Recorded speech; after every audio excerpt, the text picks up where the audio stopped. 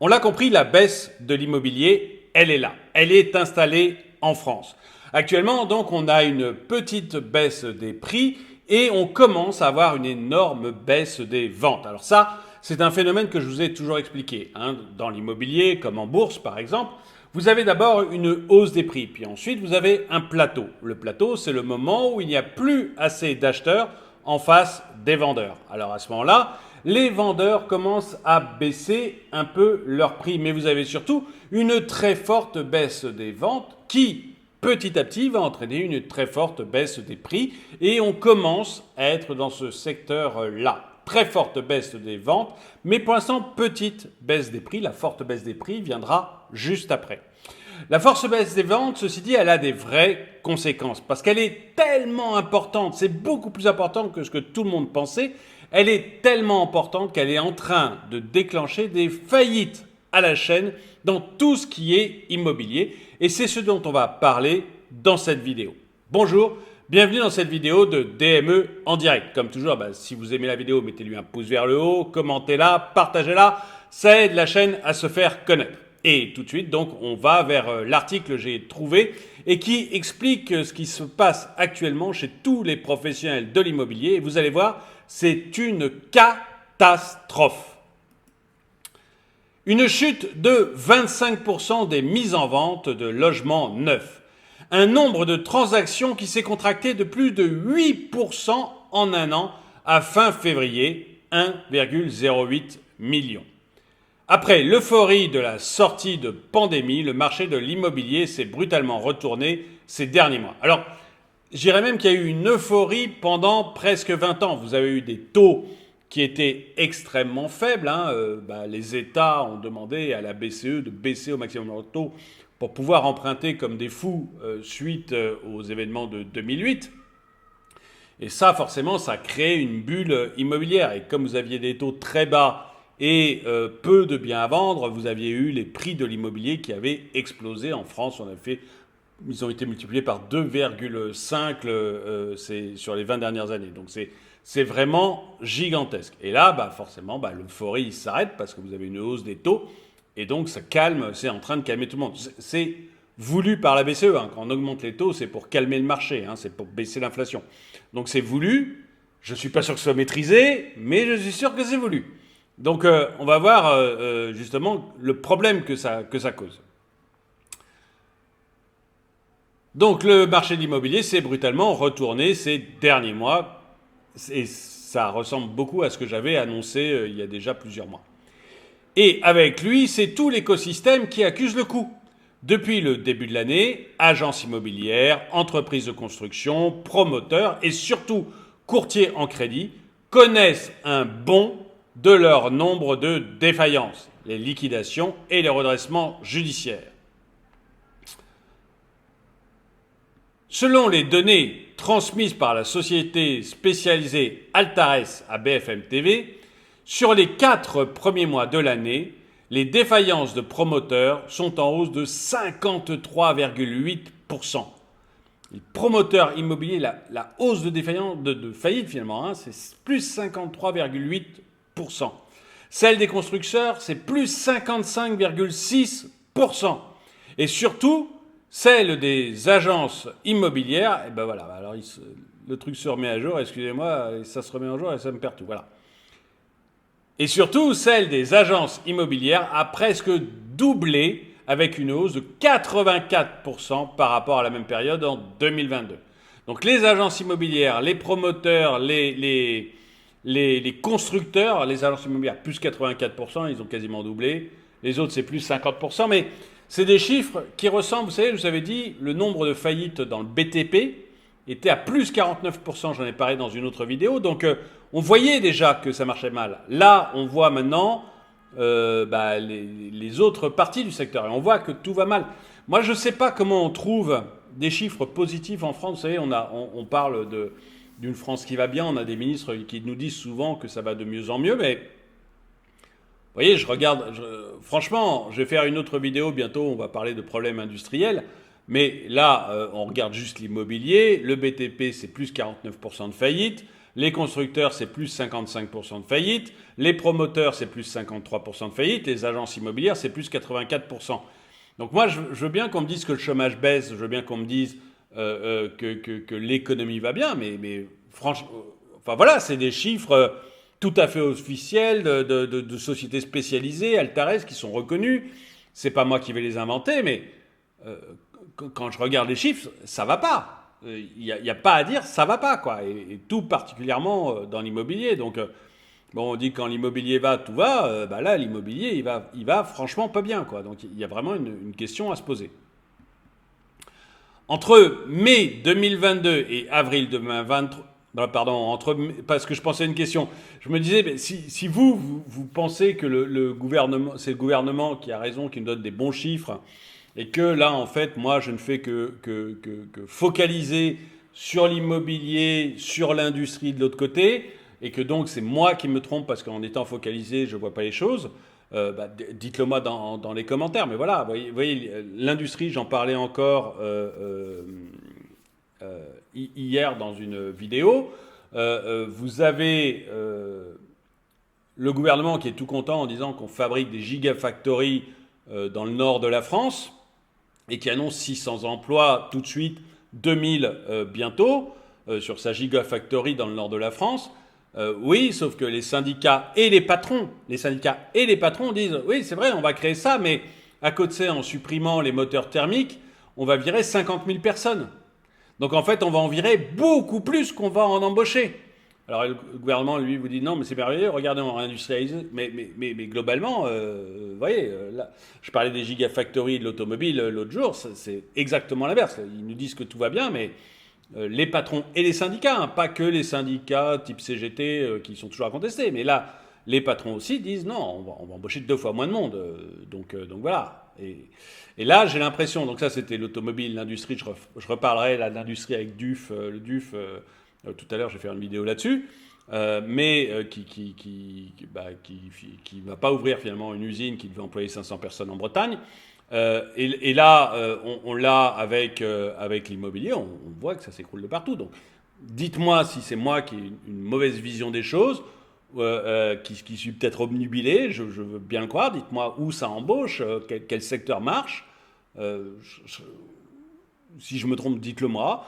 Ou dites-moi si vous êtes d'accord avec moi pour dire non, il y a quand même un vrai problème quand on regarde les chiffres, dans les secteurs, secteur par secteur, on voit que ça ne va pas.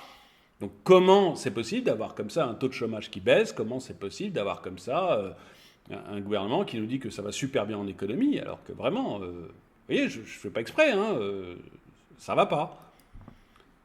Bon, excusez-moi, donc je reprends. Entre mai 2022 et avril 2023, ce sont ainsi quelques 528 agences immobilières qui ont mis la clé sous la porte et ont été placées en redressement.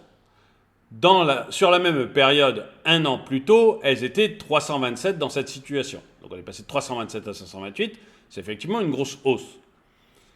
Il faut remonter à septembre 2016 pour trouver de tels taux de défaillance sur une année. Le nombre, certes en progression, reste toutefois en deçà de ceux de la première moitié des années 2010, avec des défaillances qui frôlaient 900 comme en 2013. Oui, mais 2013, on venait juste d'avoir la crise des subprimes. Donc, fatalement, l'économie, elle allait extrêmement mal, quoi. Donc, c'était normal à ce moment-là que les choses s'effondrent. On avait une économie qui allait vraiment pas du tout en 2013. Hein. Il faut rappeler en outre que le pays compte plus de 40 000 agences immobilières, soit 10 000 de plus qu'il y a 10 ans. Ça, c'est le point positif.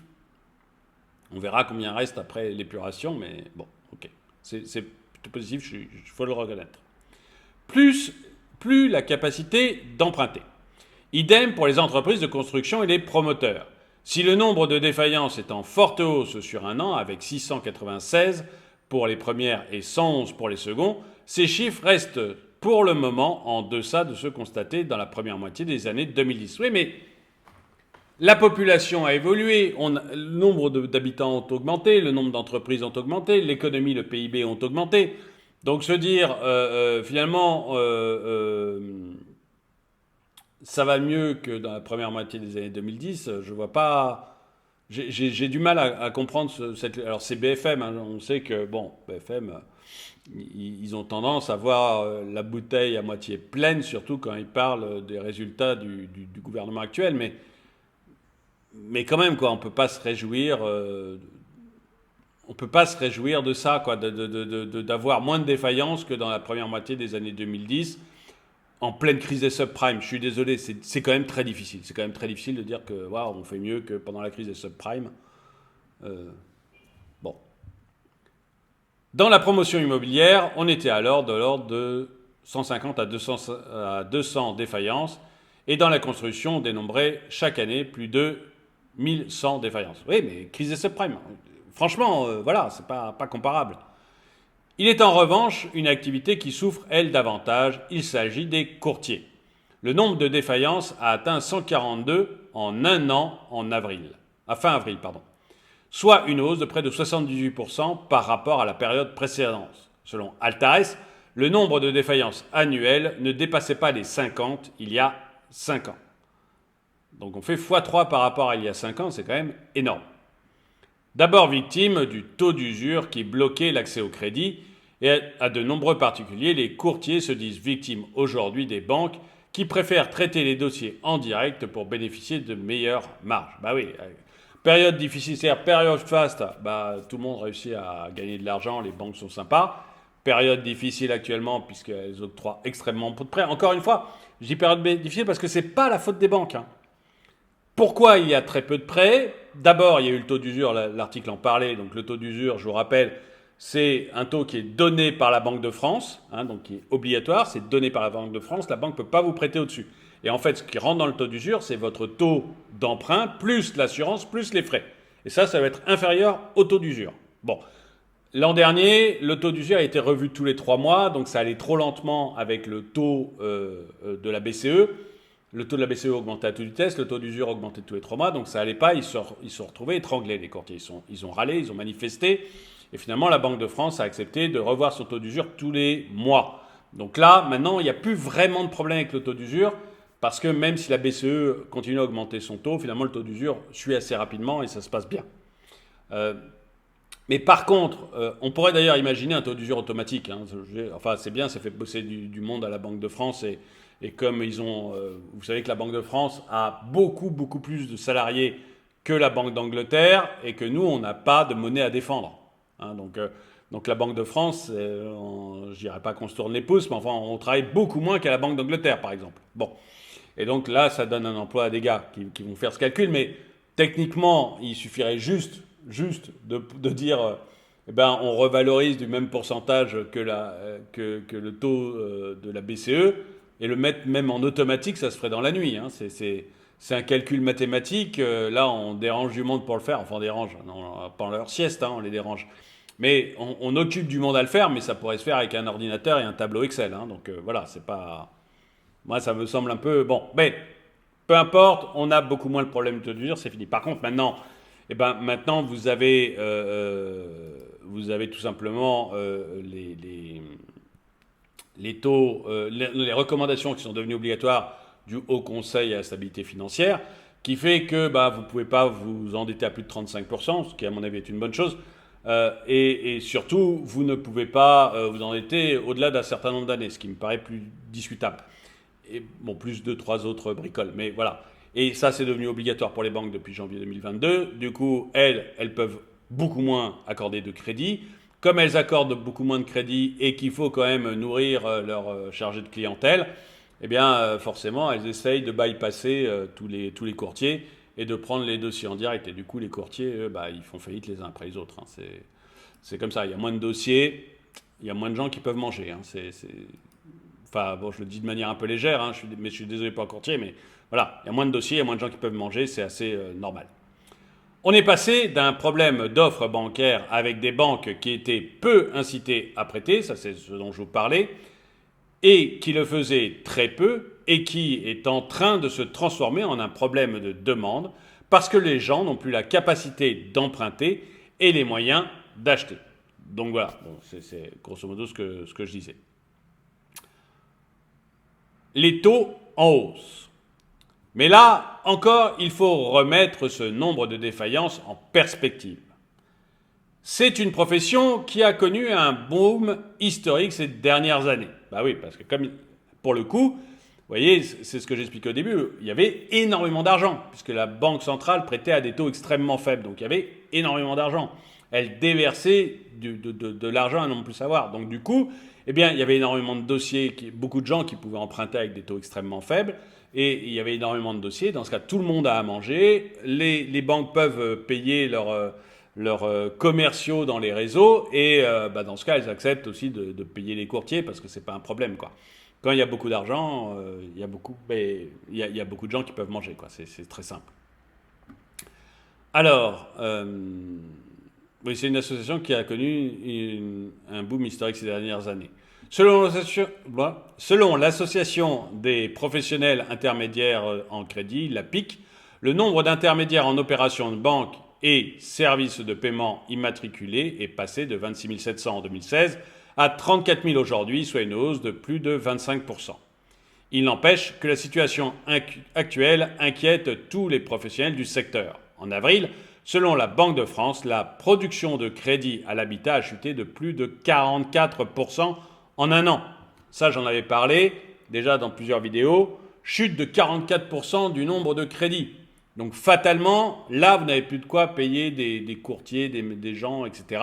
Fatalement, ça veut dire aussi qu'il y a beaucoup moins de ventes d'immobilier, donc moins de gens, moins d'agences immobilières qui ont gagné leurs sous. Et même chose, vous avez moins de promoteurs et moins de constructeurs. Bon voilà, la chute des crédits fait tout, hein. Les prix de vente sont en baisse dans toutes les régions et le pouvoir d'achat immobilier ne cesse de se contracter. Parce que, et là c'est contre-intuitif, mais vous avez une baisse du prix de vente, une baisse des prix de l'immobilier, mais je vous ai dit, elle est encore faible, la baisse des prix de l'immobilier. Et elle est trop faible pour compenser la hausse des taux. Ce qui fait que pour compenser la hausse des taux actuels, il faudrait une baisse de 20 à 30% de l'immobilier, hein, de 20 à 30% des prix. Or, on a une baisse pour l'instant qui est à 5-6%, donc c'est pas gigantesque. Et du coup, c'est trop faible. Ce qui fait que malgré la baisse des prix, vous n'avez pas assez de gens qui peuvent acheter, et du coup, le nombre de ventes est en baisse. Et toute la question, ce sera de savoir, est-ce que les vendeurs vont lâcher, ils vont accepter de vendre beaucoup moins cher, et dans ce cas, vous allez avoir un écroulement des prix, mais les ventes vont repartir. Et ça va relancer l'immobilier, parce qu'après la chute que j'ai décrite, vous avez de nouveau un petit plateau, mais très court celui-là, et puis hop, les prix se mettent à remonter. Donc voilà, c'est pas forcément une mauvaise chose, hein, c'est une mauvaise chose temporairement pour ceux qui doivent vendre. C'est une bonne chose pour ceux qui doivent acheter. Donc voilà. L'immobilier est une victime collatérale et attendue, puisque moi j'en parle depuis plus d'un an, de la lutte des institutions monétaires contre l'inflation. La hausse attendue, alors je reviens sur attendue parce que je dirais quand même qu'en septembre-octobre dernier, Century 21, Orpi, La Forêt, ils sont tous passés sur notamment BFM pour annoncer que non, c'était rien du tout. Non, ça ne va pas baisser. Non, il y a un petit hockey, puis ça va repartir à la hausse, il n'y a pas de souci. Bon, j'étais un peu tout seul dans mon coin, enfin il y avait moi et 2-3 économistes que j'interviewe de temps en temps. On était un peu seul dans notre coin, on nous dit non, ça va baisser sérieusement, hein. Donc attendu par nous, hein, et même vous pouvez aller voir des vidéos, puisque BFM, il y a des vidéos qui sont enregistrées depuis longtemps, vous pouvez aller voir leurs spécialistes de l'immobilier, ils ne disaient pas ça en septembre-octobre dernier, hein. Donc attendu, oui, mais pas par tout le monde. Facile de le dire aujourd'hui, hein, BFM. Alors que vous pouvez aller voir mes vidéos, je l'annonçais moi. La hausse des taux directeurs des banques centrales a entraîné une hausse des taux d'emprunt rapide et brutale. D'un plus bas historique à 1,03% en octobre 2021, les taux moyens, toutes durées confondues, frôlent désormais les 3% selon CAFPI. Et on annonce 4% en juillet-août prochain, j'ai fait une vidéo là-dessus. On annonce 4% de taux en juillet-août prochain.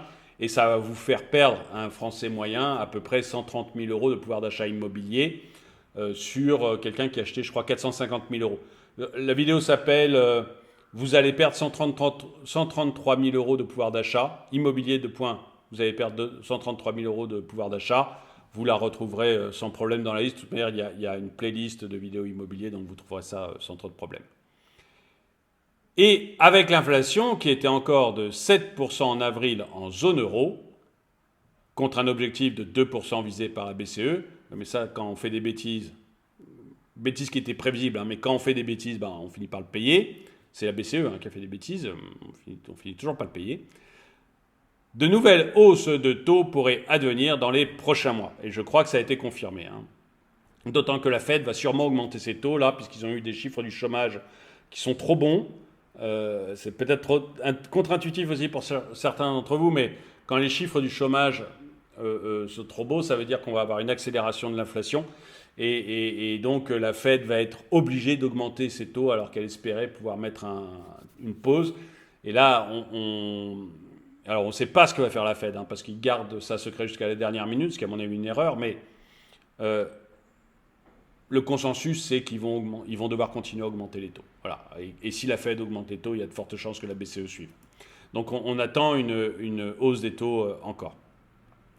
Ce qui pourrait accroître les difficultés du marché immobilier. Donc voilà.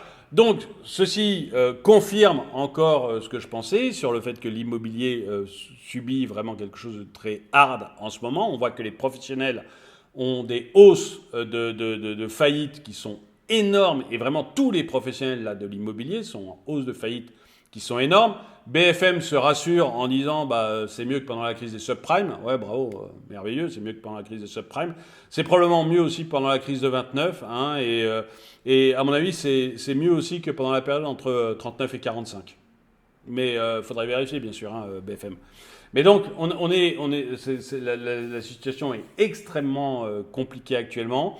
Les prix n'ont pas encore assez baissé. Moi, mon pronostic, c'est qu'il faut continuer à fortement baisser maintenant pour pouvoir permettre une reprise du marché quand la baisse des prix viendra compenser en partie ou complètement la hausse des taux. J'aimerais savoir ce que vous en pensez dans les commentaires. Est-ce que, si vous êtes un professionnel de l'immobilier, dites-moi quelle est votre situation. Et puis, si vous n'êtes pas un professionnel de l'immobilier, est-ce que vous êtes d'accord avec moi pour dire que ça va continuer à baisser ? Et est-ce que vous êtes d'accord avec moi pour dire qu'il y a quand même un problème dans les statistiques de l'État qui nous dit que tout va bien, que le chômage est extrêmement bas, que tout va bien, alors qu'on observe, je le répète, dans le Nord, les gigafactories, on nous annonce 2000 emplois supplémentaires sur celle qui est créée, mais syndicats et patronats nous disent oui, mais il va y en avoir le double qui va être détruit dans l'usine de voitures thermiques à côté. Le DUF renonce à la création de son usine. Et là, on voit encore un pan de l'économie, l'immobilier, où les faillites se font en cascade et de manière extrêmement importante. Donc, est-ce que vous êtes d'accord avec moi pour dire qu'il y a un véritable problème entre les chiffres que nous donne l'État, le gouvernement, et la réalité des chiffres quand on regarde les organismes indépendants ou les patrons ou la réalité qui se manifeste. Est-ce que vous êtes d'accord avec moi ou est-ce que je me trompe? Et si je me trompe, dites-moi pourquoi. J'accepte de me tromper. Merci d'avoir regardé cette vidéo. Mettez-lui un pouce vers le haut, commentez-la, partagez-la. Merci à tous ceux qui soutiennent la chaîne. Et moi, je vous dis à très bientôt.